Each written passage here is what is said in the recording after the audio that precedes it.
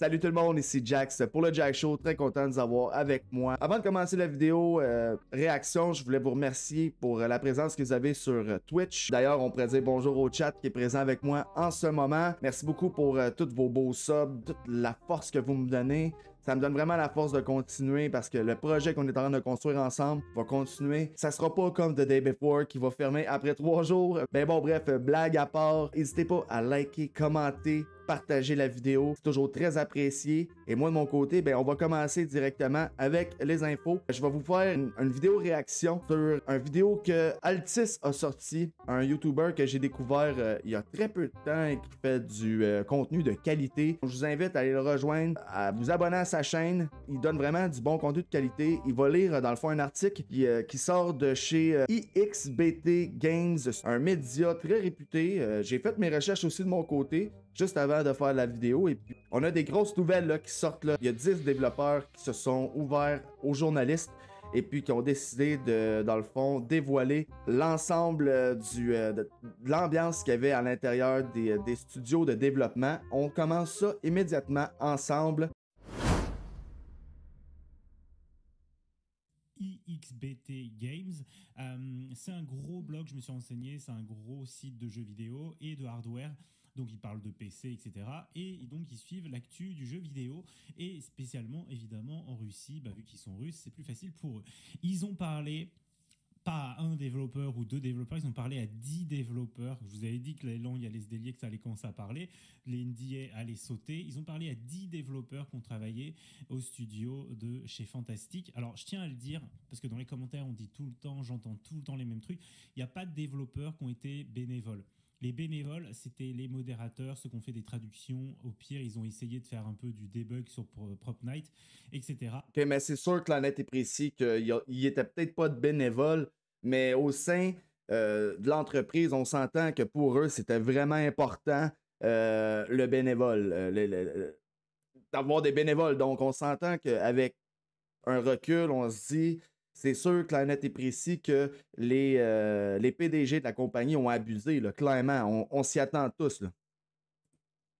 Mais donc ceux qui étaient bénévoles, c'était ceux qui étaient surtout modérateurs sur le Discord en gros et qui s'occupaient d'autres choses comme des petites tâches, traduction, etc. Les développeurs étaient salariés de Fantastic ou freelance, mais en tout cas ils étaient payés. C'est pas pour ça qu'ils étaient bien traités, vous allez le voir dans cet article, c'est assez incroyable. Je l'ai traduit en français parce que sinon c'était en russe et on apprend pas mal de choses. Donc c'est parti, parlons de l'univers Fantastic. Donc le jeu ambitieux The Day Before est sorti, est mort en 3 jours. Mais il s'est avéré que les développeurs n'étaient même pas autorisés à effectuer des premières modifications alors qu'ils en avaient déjà des prêtes. Alors déjà, ça c'est quoi? Là, vous réalisez ça, vous réalisez, là, OK? Là, on commence déjà parce que j'ai lu l'article aussi avec vous en live, d'abord et avant tout, tu sais, pour me faire une petite idée. Puis la chose qu'il faut comprendre, là, c'est que, juste pour vous dire à quel point que les PDG étaient toxiques, il y avait déjà des correctifs de prêt. Les PDG n'autorisaient pas à ce que les développeurs les implantent, les mettent, juste pour vous dire à quel point que ces gens-là étaient contrôlants. Les deux frères, là, sur qui on a fait beaucoup de vidéos, je trouve que ça fait couler beaucoup d'encre. Je trouve ça vraiment triste pour les développeurs parce que c'est injuste d'avoir des trucs de près. Mais vous allez tout découvrir au courant de la vidéo. En un mois, le studio a pu corriger la plupart des bugs. Il n'était tout simplement pas autorisé à le faire. Nous avons discuté avec une dizaine d'employés du studio Fantastic et découvert comment s'est déroulé le développement, ainsi que tout ce qui s'est passé le 11 décembre, date de clôture du projet. Donc là, vraiment, franchement, ça envoie du lourd. Et ça commence par la question, est-ce que ce sont des escrocs? Alors, le jeu a été annoncé avec des vidéos de production inspirantes. L'éditeur était Mitona, créateur de jeux mobiles à succès. L'importance du jeu a été vantée par une publicité à Times Square à New York. On a vu pas mal de vidéos, ça avait l'air vrai. Des vidéos d'autres gens aussi qui ont fait des vidéos à New York, à Times Square. Ils ont déclaré leur soutien aux technologies Nvidia et le produit s'est effondré. C'était une immense ville vide, des zombies isolés. Il n'y avait rien à faire dans le jeu. L'analyse du code a montré que le jeu avait été réalisé à partir d'assets achetés dans la boutique d'Unreal. Vous réalisez, c'est justement tout ce qu'on disait. Ils ont été réalisés à partir d'assets. Donc, à ce moment-là, tu sais, beaucoup moins de... Comment tu veux faire un partenariat avec NVIDIA à partir du moment où tu te sers seulement d'assets? Moi, ce que j'ai lu, là, c'est que justement, peut-être que les partenaires avec NVIDIA, en fait, NVIDIA devait peut-être pas croire aussi au projet. Donc, ils se sont dit, ouais, non, on n'embarquera pas là-dedans, les gars. Vous travaillez juste avec des assets. Comment est-ce que vous voulez qu'on fasse du ray tracing avec ça, tu sais? Mais non, mais c'est littéralement juste de... Ça représente complètement l'idéologie de la compagnie, puis ça, ben, je trouve ça triste. On commençait à affluer, les joueurs sont-ils trompés, l'éditeur a été également trompé, Mythona. Tout cela n'était qu'un film, une fiction, ce truc. C'est ça, l'éditeur Mythona, là-dedans, il a-tu perdu sa crédibilité, il y a qu'un peu? Je veux dire, à un moment donné, tu mets tu mets ton argent, tu dis, bon, le jeu, ça a été le jeu le plus wish-listé sur Steam, hein, faut pas l'oublier, là, donc, il y avait déjà beaucoup de poids dans la balance à partir du moment où ils ont commencé à chercher des éditeurs. Puis là, à ce moment-là, ben, tu te dis, OK, c'est beau, mais Mythona, là, est-ce que c'est réellement fantastique? Non, c'est juste l'éditeur. Bon, on va continuer, on va en savoir un petit peu plus. The Day Before, et les dirigeants de Fantastic, ils ont intelligemment réalisé ce plan sous les yeux de tous. Mais la véritable histoire s'est avérée bien plus triste. Cela est dû à la tyrannie ainsi qu'à la confiance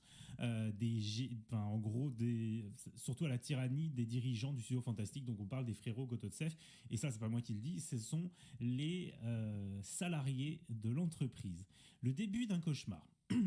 Avant The Day Before, Fantastic était connu pour des petits jeux comme The Wild Dead Dozen, Radiant One. Ce sont des projets qui sont sortis par le studio donc indépendant Yakout et qui ne sont pas vraiment démarqués spécialement. Radiant One est devenu soudainement le jeu du jour dans l'App Store et a recueilli des critiques positives. Il est devenu le point du départ du cauchemar dans lequel les frères Edward et Asian Gotovtsev, les dirigeants, ont plongé les développeurs. Lors du développement d'un autre projet fantastique, donc Prop Night, les développeurs ont été enfermés au bureau pendant des semaines. Mais là... Les développeurs ont été enfermés au bureau pendant des semaines. Vous réalisez? Vous réalisez ça? Mais non, mais je veux dire, l'ambiance de travail. L'ambiance de travail, man, ça n'a pas de sens. Vous imaginez le truc? Enfermés dans le bureau pendant des semaines. Les Gotovtsev étaient fiers de cette approche. Tout le monde porte déjà des vestes d'hiver dans la rue, mais nous avons quitté le travail en t-shirt et en short. Il disait, c'est ainsi que les jeux de vidéo doivent être créés. Ils étaient fiers de ça, là. Les PDG étaient fiers de ça. Non, regardez comment est-ce que nous, on travaille fort. Nous, on travaille fort, là. On reste tout le temps au taf, on reste toujours au travail, on reste fort. Tu sais, ouais, c'est ça. Ils devaient faire moins 70 dehors là, quand ils sont sortis. Effectivement, ils devaient faire moins 70, les gars. Hein? Allez voir la vidéo que j'ai faite concernant The Day Before avec The Chemistry. Vous allez tout comprendre les insights concernant les jokes, les blagues concernant ce jeu-là. Ok, les gens ne passaient pas la nuit à la maison. C'est même pas une blague en fait. Apparemment, les gens ne pouvaient pas rentrer chez eux. Ils n'avaient pas accès à une douche et n'avaient pas toujours le temps de manger. Donc là, waouh, on n'est pas loin de l'esclavage. Hey, on est dans Hunger Games? Est-ce qu'on est dans Hunger Games ou on est chez Fantastic? On est-tu dans Hunger Games? C'est la question que je me pose, man. Et comment tu veux avoir un résultat? Bon, déjà là, gars, je fais juste une petite parenthèse. Comment tu veux avoir un beau résultat de jeu, OK, quand que tu traites même pas bien tes employés? Comment tu veux un beau résultat? Comment tu veux un bon résultat? C'est impossible. Tes employés, ils doivent être bien heureux à leur travail. Puis en plus de ça, tu les empêches de faire plein de choses sur lesquelles ils ont travaillé. Mais regarde, on va continuer, mais vous allez capoter. Vous n'en reviendrez pas. Tout ce qui se passe, tout ce qui s'est passé au travers du développement du jeu. Esclavagistes quand même. Certes, à l'époque, les frères étaient plus proches des gens, a priori, selon les développeurs. Au moins, Edward qui a toujours été proche des développeurs. Donc, Prop Night est sorti en 2021 et est devenu un succès. Il a recueilli des milliers de critiques positives lors de sa sortie et une solide base de joueurs. Cela a complètement tourné la tête des dirigeants. Selon les développeurs, les frères se considéraient presque comme Hideo Kojima. Hey, non, mais l'insulte totale, mon gars. Hideo Kojima, à cause de l'engouement qu'il y a eu pour Prop Night. À cause de l'engouement qu'il y a eu pour Prop Night, il se prenait pour Hideo Kojima, man. C'est fou, mon gars. Mais non, mais le melon, mon gars. La grosse tête, là. Il se prenait... Ah, man, ça n'a pas de sens. Voyons donc. Oh. Je suis tanné d'entendre parler d'eux autres, là. Ça n'a même pas de sens. Cringe. Ils sont devenus si importants que 6 mois après la sortie, ils ont forcé l'équipe à retravailler le style visuel du jeu à partir de zéro. Retravailler le style du jeu à partir de zéro, mon gars. Pourquoi? Car après avoir joué à Resident Evil, ils voulaient avoir la même morosité dans Prop Night. Donc, tu réalises, est-ce que tu... toi, là, OK, mon petit canard, OK? Est-ce que tu réalises, là? Ça fait des mois que tu travailles sur un jeu, sur le style graphique du jeu. Tu as tout construit de A à Z. Vous avez fait des meetings pour déterminer quelle serait l'ambiance du jeu. Vous avez tout travaillé graphiquement. Vous avez tout fait des modèles 3D, tout travaillé, ou bien vous avez peut-être utilisé des assets, on ne le sait pas, mais bon, au moins vous avez travaillé. Vous avez travaillé, tu comprends? Ton, ton boss arrive directement un matin comme ça, avec, ben, c'est sûr qu'il n'apportera pas de café, il n'y a pas de bain, il n'y a pas de café, là. C'est à peine si on le droit de manger, donc à ce moment-là, c'est sûr que la net est précis que ce qui va arriver, c'est on arrive, on discute, on recommence tout à zéro. On recommence tout à zéro. Oui, en passant, est-ce que je pourrais aller prendre une pause café? Non, non, non, non, non. Ici, tu vas dormir ici ce soir, puis après ça, nous autres ici, après ça, tu partiras à -70 en t-shirt. Tu partiras à -70 en t-shirt, ça va faire la job. On voit, à la base, c'était un jeu un peu avec des designs qui étaient assez cool, d'ailleurs un peu collège américain. Et ils ont complètement demandé aux développeurs de changer pour un style plus Resident Evil. Lorsque la mise à jour de Prop Night Reborn est entrée en version bêta ouverte, les joueurs ont détruit le projet. Ben Un oui. dessin animé d'horreur amusant, il a été transformé en un autre Dead by Daylight hyper sombre. Le public n'a pas accepté le changement, a donné des critiques négatives et a abandonné le jeu. Qu'est-ce qu'ont imaginé les frères Gototsev, renvoyer tout ce qui était? Oui, seulement 6 mois sans mise à jour et amélioration, ça a enterré Prop Night. Le nombre de joueurs en ligne est passé d'un millier d'un millier et demi, donc 1500, à quelques centaines. Mais voilà. Daytona s'est intéressé à Prop Night et a demandé aux dirigeants du studio d'envisager de créer une version mobile du jeu. Une version pour smartphone qui n'a jamais été publiée. Du coup, pourquoi? Parce que les frères Gototsev se sont dit que de toute façon, ils faisaient ce qu'ils voulaient et ils ne voulaient pas faire de version mobile.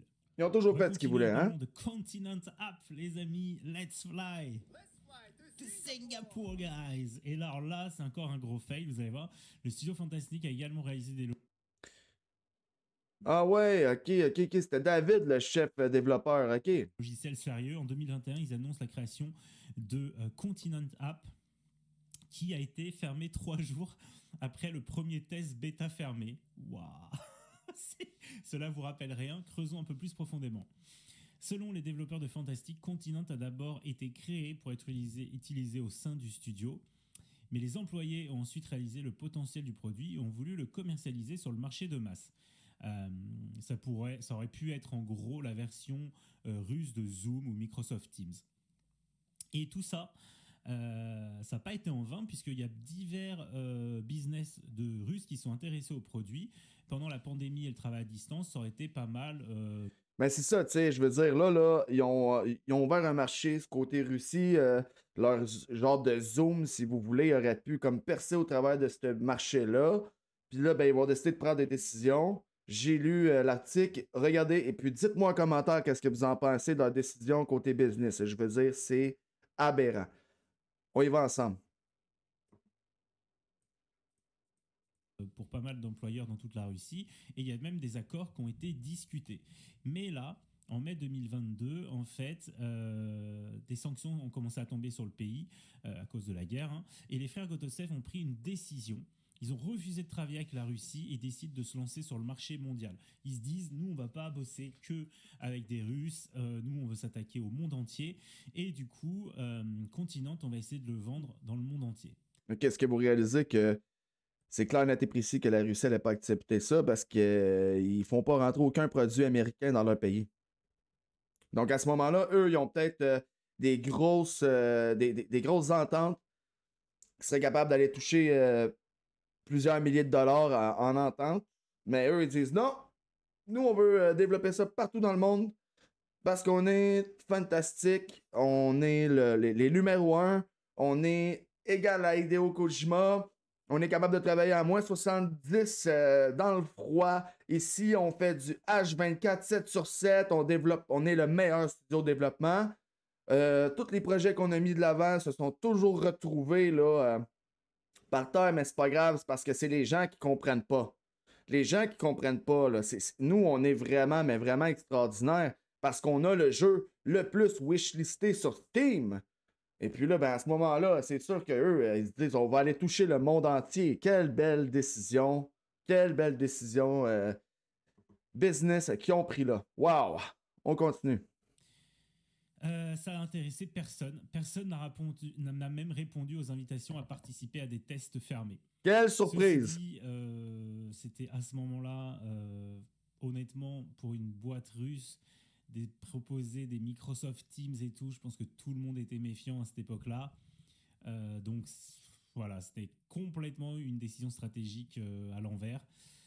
Et donc, ils ont fermé Continent App. Ouais. Quelle surprise! Quelle surprise! À quoi est-ce que vous vous attendiez? Donc, ils ont fermé Continent, ils ont fermé leur Continent Dreams, quelque chose du genre, leur Zoom personnel, là, tout ça, en espérant, ben c'est ça, hein?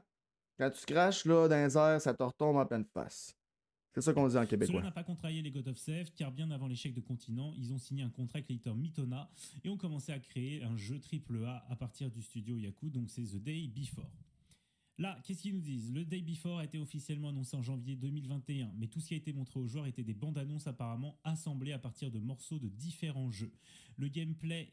on vous l'avait dit, les gars, vous le saviez en plus. De différents jeux, inspirés de différents jeux. Le gameplay et l'environnement rappelaient The Division. Des zombies comme dans Daisy, une affiche de The Last of Us et des voitures roulant dans la boue comme dans SnowRunner. Ça, je vous avais parlé de tout ça sur mes vidéos. Les frères Out of Steph avaient des plans napoléoniens. La taille originale de la carte était 4 fois plus grande que celle que nous avons vue lors de sa sortie. Il devait s'agir d'un endroit immense où il n'y avait aucune transition ni téléportation entre les points d'intérêt. Ils voulaient ajouter des foules de zombies, C'est zéro ça qu'on a eu, là. C'est zéro ça qu'on s'est fait servir. On s'est pas fait servir ça du tout. Je veux dire, moi, je suis arrivé, j'ai joué 20 minutes, j'ai tout fermé, j'ai demandé mon remboursement, j'étais même pas capable de le streamer le jeu tellement qu'il était mal optimisé. Imaginez-vous. Promenade dans des voitures cool, en fait, créer une Amérique à plusieurs étages. Les bandes annonces ont été collectées sur des niveaux qui n'étaient même pas intégrés au jeu. Donc ça, c'est clair. On se souvient des bandes annonces, surtout celles qui ont été copiées sur Call of Duty. Tout ça, c'est que des endroits qui sont même pas dans le jeu. Attention maintenant, la vidéo pour Nvidia qui démontre les capacités. Ils ont montré des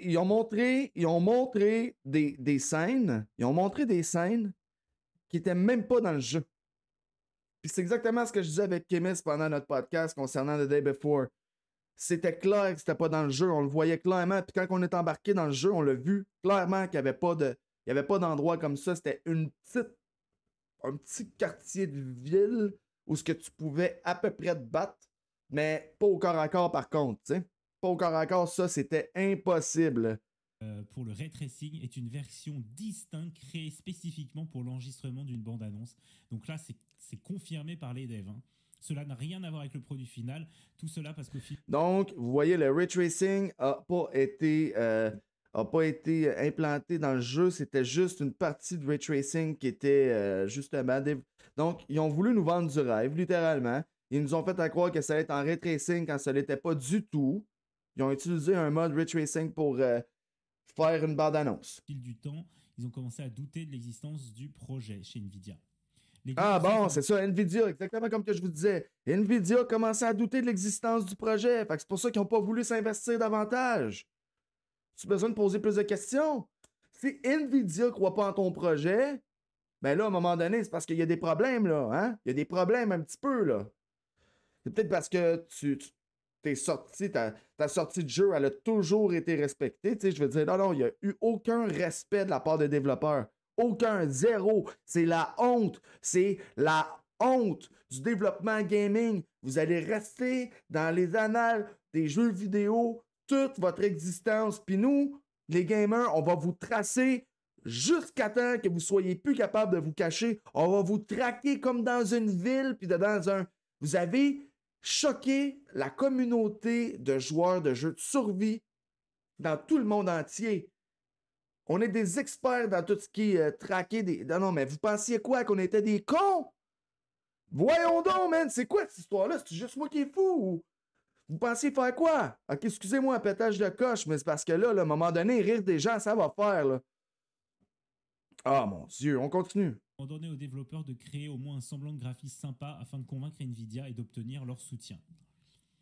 Selon des développeurs, 500 gigas de code source ont été créés pour le jeu, dont la grande majorité n'était pas inclus finalement dans The Day Before.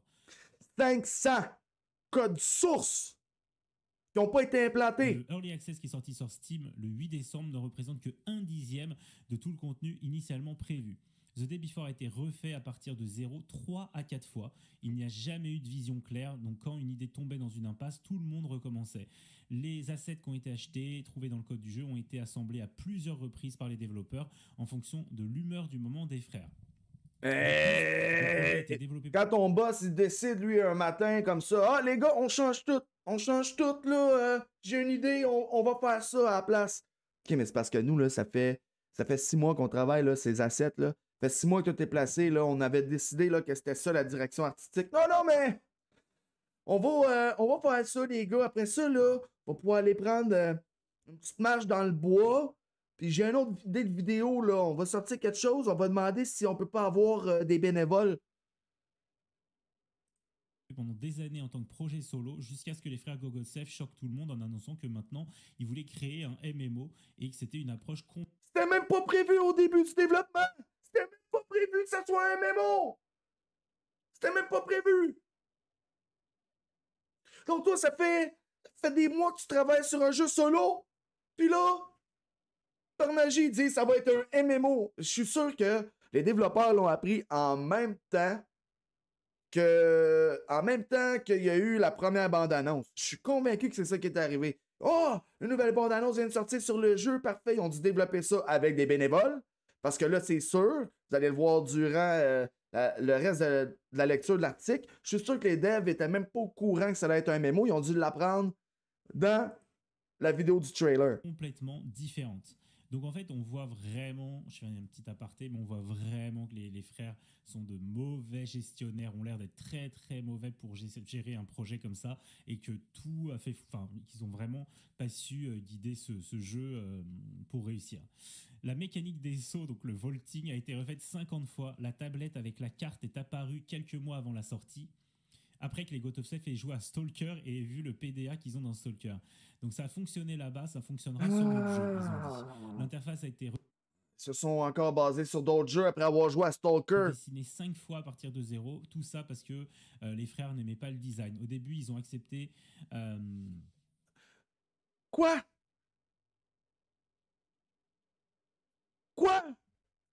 OK. A été refait 50 fois la...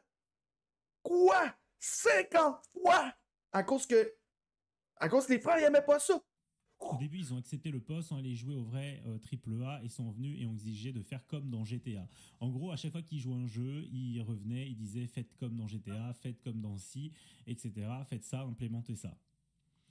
Comme nous l'ont dit les employés du département artistique, 2 mois avant la sortie du jeu, ça continue les dingueries. Hein. Ils ont réussi la tâche de repeindre la ville pour qu'elle ressemble à celle de Spider-Man 2. Non mais quoi? Mais c'est... T'as tout dessiné, t'as tout refait. Quelques mois avant, mais boum! Minute, je veux juste bien lire, là. Oui, c'est bien. Non, mais c'est impossible, les gars, c'est impossible. 2 mois avant. Non, mais c'est impossible, là. C'est quoi ce délire? Quand j'ai lu ça tout à l'heure, j'étais fou. Hein? Ils disent que dans The Day Before, la ville a l'air trop déprimante, mais que dans Marvel Spider-Man 2, c'est très bien. Les frères ne... Mais non, mais là, Marvel Spider-Man, c'est pas un jeu post-apocalyptique. Voyons donc, c'est quoi cette histoire-là?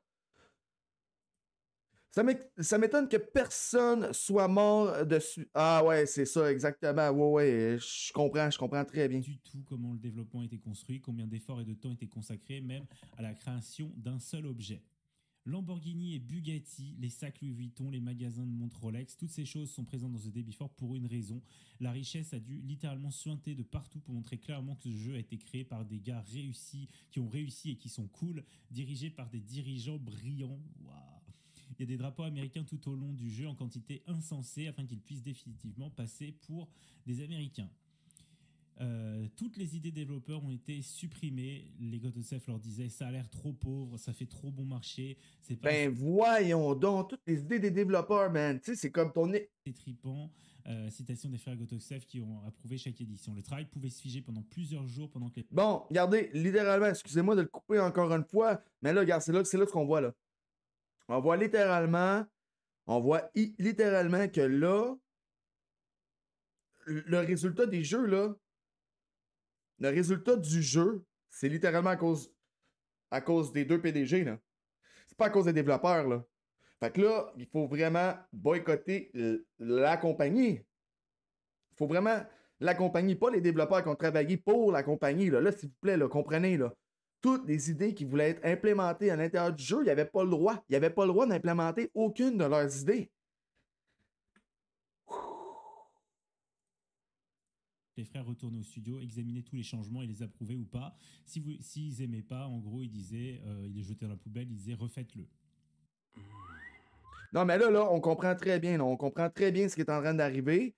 Littéralement, ce qui est en train d'arriver, c'est exactement ça. C'est que là, les PDG, eux, ont décidé là, qu'ils ne voulaient pas implémenter les idées de leurs développeurs, quand c'est les développeurs qui travaillent sur le jeu depuis le début, le contenu, etc. Puis là, ben, les deux frères, eux autres, ils se permettaient là, de tout changer, là, tout va, là, tu sais. Donc, justement, et imagine ton boss qui t'annonce pour la 50e fois que tu dois recommencer le projet. Voyons, ben exactement, c'est exactement ça, DJ, c'est exactement ça. Ça n'a pas de sens, ça n'a pas de sens. Donc la citation qu'ils ont dit, c'est d'où viennent ces choses stupides dans l'inventaire, échangez-les contre des trucs plus chers. C'est pour ça qu'ils ont mis, ils voulaient avoir des sacs Vuitton, des trucs qui avaient l'air chers. Dans le même temps, les développeurs pouvaient recevoir une tâche qui nécessitait 2 à 3 jours ouvrables, mais devaient la terminer pendant une nuit, afin que les Gotosev examinent les changements le matin. Mais il est aussi arrivé que la tâche soit accomplie du jour au lendemain. OK, fait que dans le fond, les développeurs bossaient pendant le jour, pendant la nuit, puis les boss, les PDG, eux autres, ils arrivaient là, le matin, puis ils analysaient ça. Ils analysaient ça, eux, le matin, là, après une nuit de travail, là. Oh mon Dieu, quand t'as pas pu manger, que t'as pas pu prendre ta douche, que t'as pas pu rien faire de ça. Après ça, tu viens de claquer la vieille gueule de ton boss avec ses broches dans la gueule, esti, qui vient te regarder là, avec son petit manteau North Face. Tu sais, moi, j'ai le droit de porter ça parce que moi, c'est moi qui l'ai acheté, ok? Je l'ai pas acheté avec l'argent.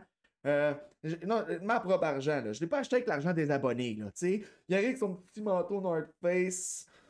Lui, il a le droit de porter un manteau, hein. Lui, il porte un manteau pendant que toi, t'es obligé de sortir de ton travail en t-shirt à moins 70. Puis là, il dit non, je veux pas ça, on va refaire ça comme ça. Moi, cette nuit, j'ai joué à GTA, puis je veux jouer à ça. Ah, t'as pu jouer à GTA? Ah! Je vais retenir mes mots. Je vais retenir mes mots. Voyez aux yeux rouges, est venu sur le lieu de travail le matin, montrer ce qu'il avait fait. Et lui, les Gotosev lui disaient, bon, vous savez quoi, de toute façon, on a changé d'avis. Alors, même si le mec n'avait pas dormi, en gros, le matin, il disait, on a changé d'avis, on va pas le faire. Incroyable. Hey man, il te fait travailler sur quelque chose toute la nuit, puis après ça, il dit ah, quoi, finalement, on a changé d'idée. Là. Cette nuit, on a parlé de ça pendant qu'on jouait à Fortnite là, sur notre PlayStation. Puis on aimerait ça que tu implémentes la destruction des bâtiments. On trouve ça vraiment cool. Puis tu devrais mettre aussi de la construction. Oh! Nous sommes tous une grande famille. Il ne servait à rien de discuter avec les Gotosev. Les employés imprudents étaient de toute façon licenciés. Parfois, ils ont agi encore de manière plus intéressante, c'est-à-dire qu'ils faisaient une technique d'intimidation vraiment sadique. Celui qui osait les contredire était nommé chef du département. Il était chargé d'une tâche impossible avec un délai irréaliste et il était licencié dès qu'il prenait du retard. Wow. Les enfants. Oh. C'est là ce qu'on a la représentation tout de suite de c'est quoi des boss de merde. Ben, non, mais pour vrai, je suis désolé, mais je vous crache à la gueule, les gars. Hein? Mes deux frères, là, je vous crache à la gueule. T'as compris? Non, mais là, man, là, hein? Hein, là, vous allez faire moins les malins, mais on vous entend pas parler, hein? Un petit communiqué, c'est tout, y a plus rien. Vous avez fait souffrir des êtres humains. Puis là, ben, aujourd'hui, vous pensez pouvoir vous... Non, non, je vous le jure, ça arrivera pas comme ça. Ça arrivera pas comme ça.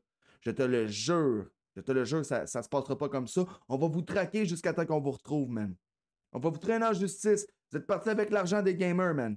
Waouh, là, des trucs pour essayer de justifier, de virer des gens. Pourquoi alors les gens ne sont-ils pas partis pourquoi ils ont enduré ça? Il y a une réponse, les GoToFC ont recruté des employés dans des provinces profondes ou dans de petites villes régionales. Il est plus facile de manipuler ces gens. Vous promettez Ils ont utilisé des gens qui étaient dans des milieux, ils ont utilisé des gens qui étaient dans une situation précaire pour pouvoir faire du chantage émotif concernant les salaires. Ça n'a pas de crise de bon sens, là.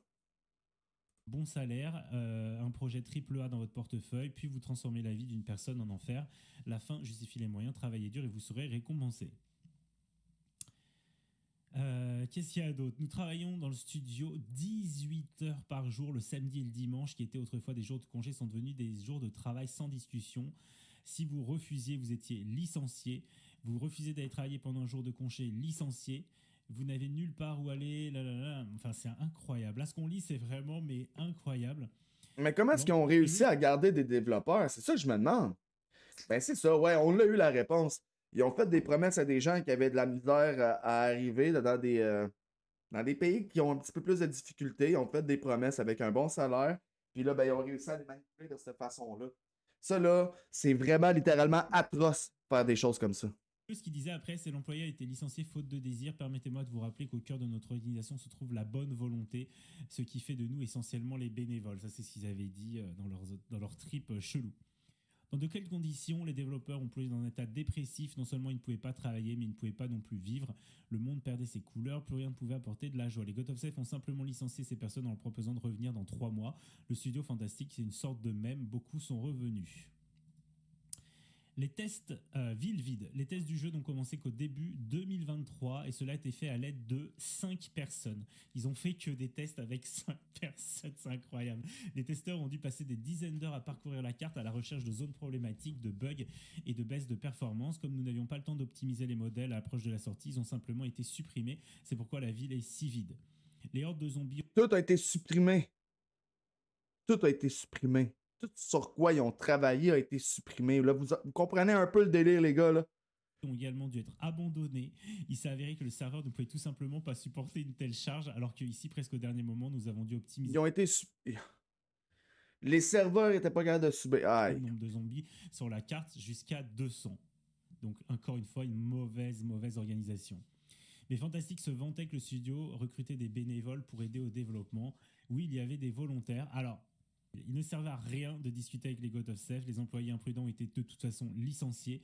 Parfois, ils ont agi encore de manière plus intéressante, c'est-à-dire qu'ils faisaient une technique d'intimidation vraiment sadique. Celui qui osait les contredire était nommé chef du département. Il était chargé d'une tâche impossible avec un délai irréaliste et il était licencié dès qu'il prenait du retard. Imagine-toi si on fait ça avec toi à ton travail. Moi, pour avoir eu de l'expérience avec des gens autour de moi qui ont subi ça, dont ma conjointe, je trouve ça atroce et dégueulasse. Dégueulasse. J'ai aucun pardon pour ça.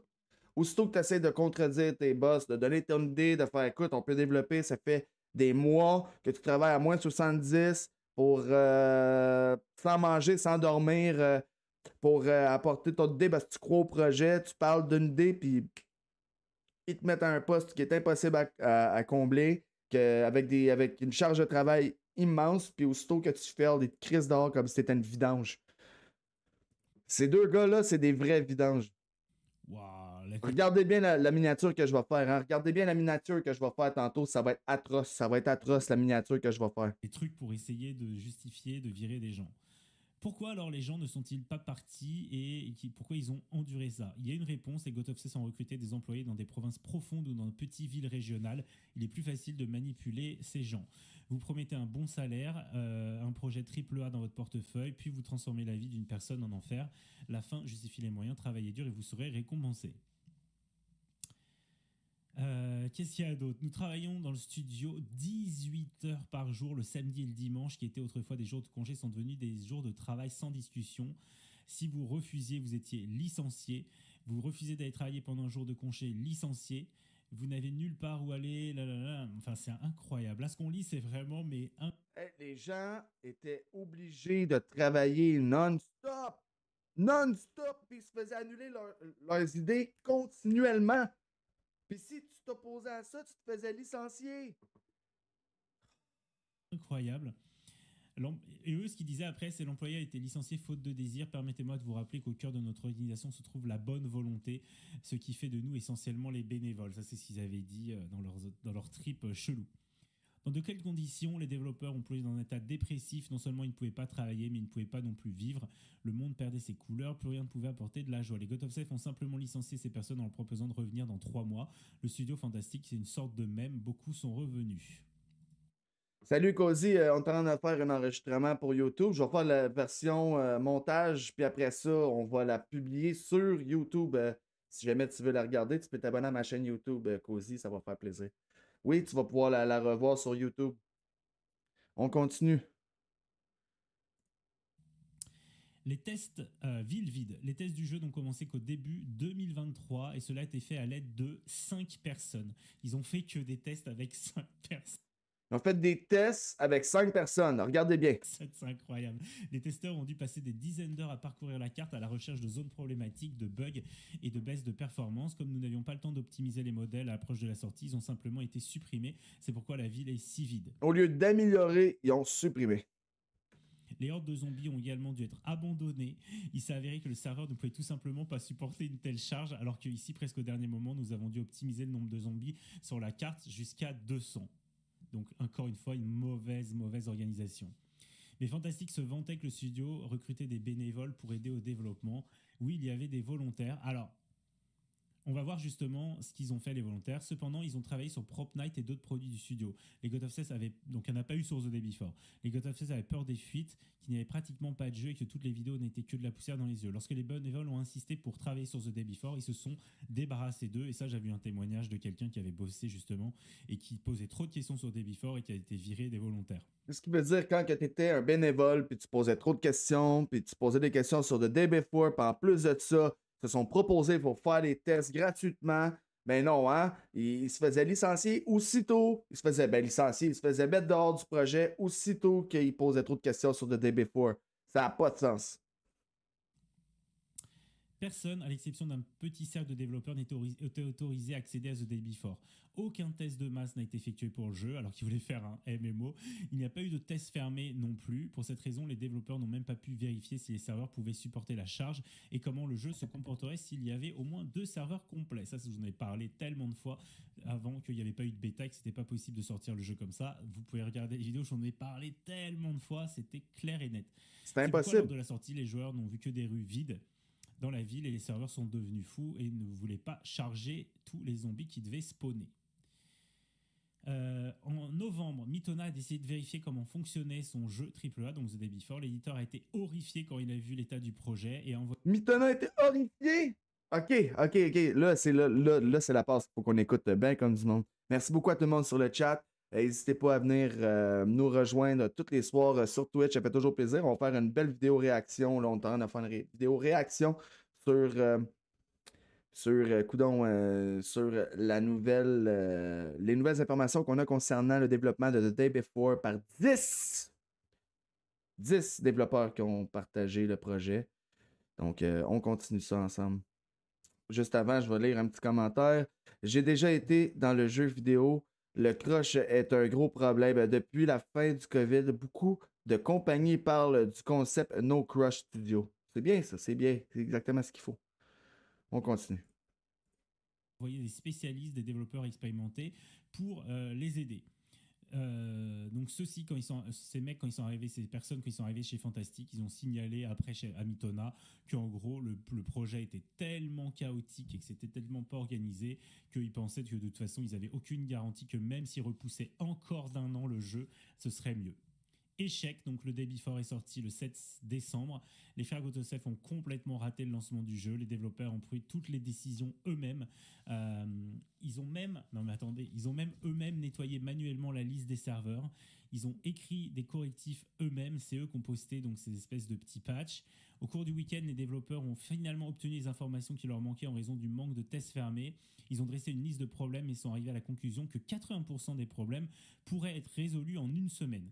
De plus, lundi, eux-mêmes, sans instruction des Gotosef, ont créé un correctif qui ramènerait les zombies sur la carte. Finalement, il n'a pas trop marché, ce correctif. The Day Before ne serait pas un bon jeu à cause de cela, mais au moins c'est devenu quelque chose que les développeurs ont vu dans leur bureau. Le lundi 11 décembre devait être une nouvelle étape dans la lutte de The Day Before. L'équipe de Fantastic était prête à effectuer une nouvelle refonte afin de rafistoler rapidement le jeu. Au moins, Hey, imaginez-vous, il était prêt, là. Il était prêt à rafistoler le jeu. maintenant ils savaient quoi faire.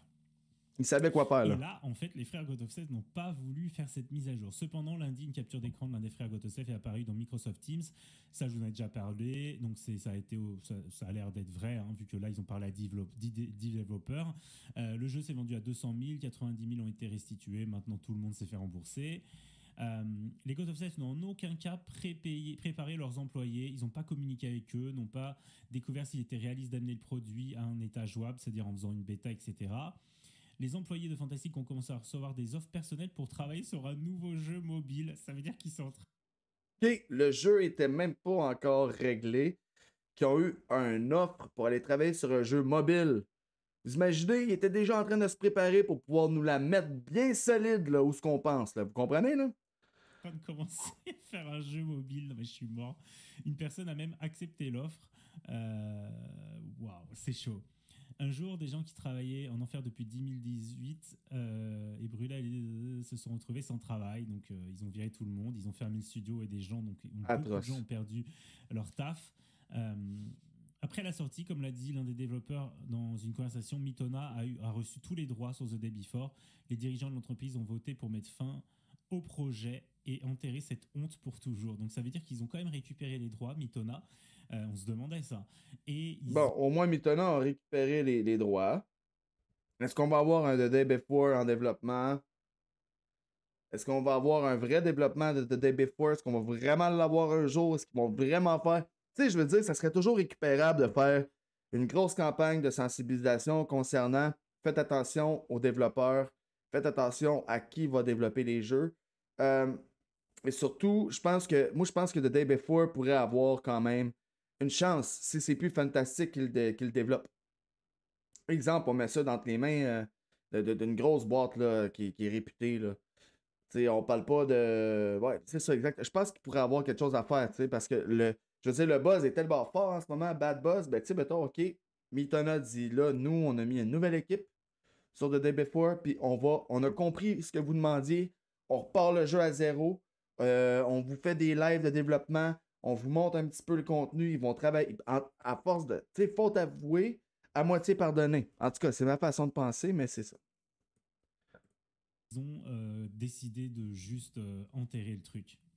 Soleil, lune et vérité. 3 choses ne peuvent pas être cachées. Le soleil, la lune et les vérités. Ça, c'est les paroles des frères Gotofsef qu'ils ont souvent répétées lors du développement de The Day Before. On dit que le joueur ira toujours au fond de la vérité, peu importe ce que disent les critiques. Et ben là, ça leur retourne dans la tête.